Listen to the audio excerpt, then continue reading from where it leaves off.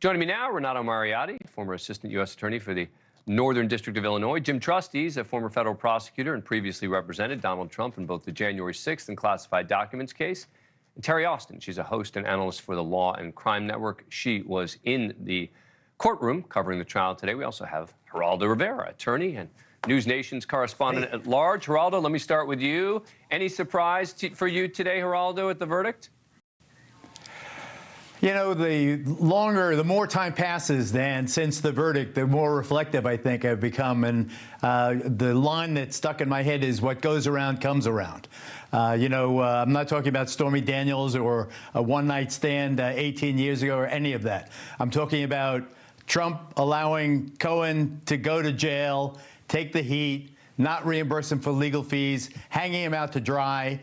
Cohen got his revenge. The jury believed everything the greatest liar of all time ever said. The story is about as much about Cohen as it is about President Trump. I lament that history has been made in such a sordid, kind of seedy way. But it is what it is. Trump is a convicted felon. He's the presumptive nominee of the Republican Party. The sentencing is 2 weeks after the first televised debate. This is a history of the worst sort being made even as we speak, Dan. Jim Trustee, I had predicted there'd be a hung jury. I was wrong. The jury came to a unanimous verdict here. Were you surprised?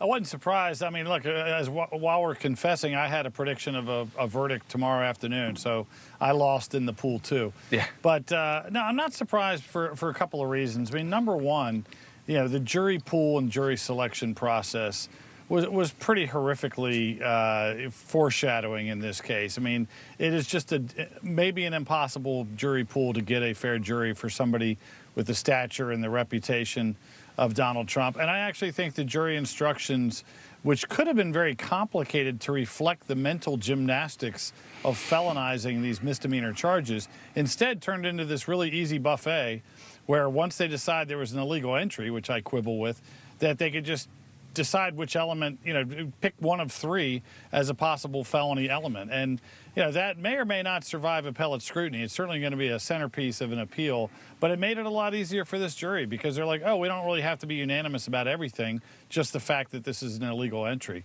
That's a problem. Renato, a lot of people talking about the appeal. Do you think that it's likely that this case would get overturned on appeal?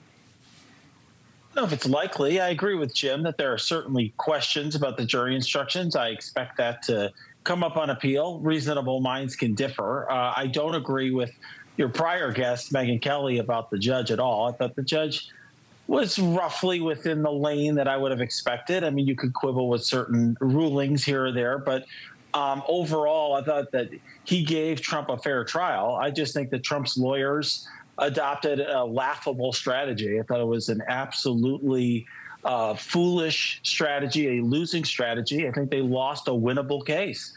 I thought this was a case that Trump could have won. And if you were the client and I was your lawyer, I would have gotten a hung jury in this case. I mean, there was a juror who got all their news from Truth Social on that jury. And they could not get that person to vote for a not guilty verdict. And that's just because they completely mistried the case, presumably because, as Todd Blanche said today, he was listening to his client instead of his own advice.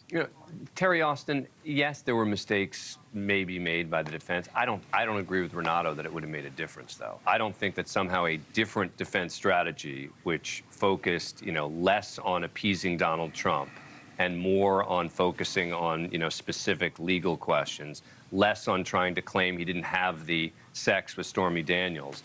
I don't know that would have made a difference. What do you think? I think the prosecution put on a very good case, and I think the defense put on a bad case. The prosecution had a story. He falsified records to promote or prevent an election, and he did it in an unlawful manner, and the unlawful manner included the tax, the business records, and the election law. And so I think it was fairly straightforward. They put all that in, they showed the records, and then they corroborated all that with the witnesses. The defense just said, liar, liar, pants on fire. Thank you for watching. Go to newsnationnow.com to find NewsNation on your cable provider. And don't forget to click the red subscribe button below to get more of NewsNation's fact-driven, unbiased coverage.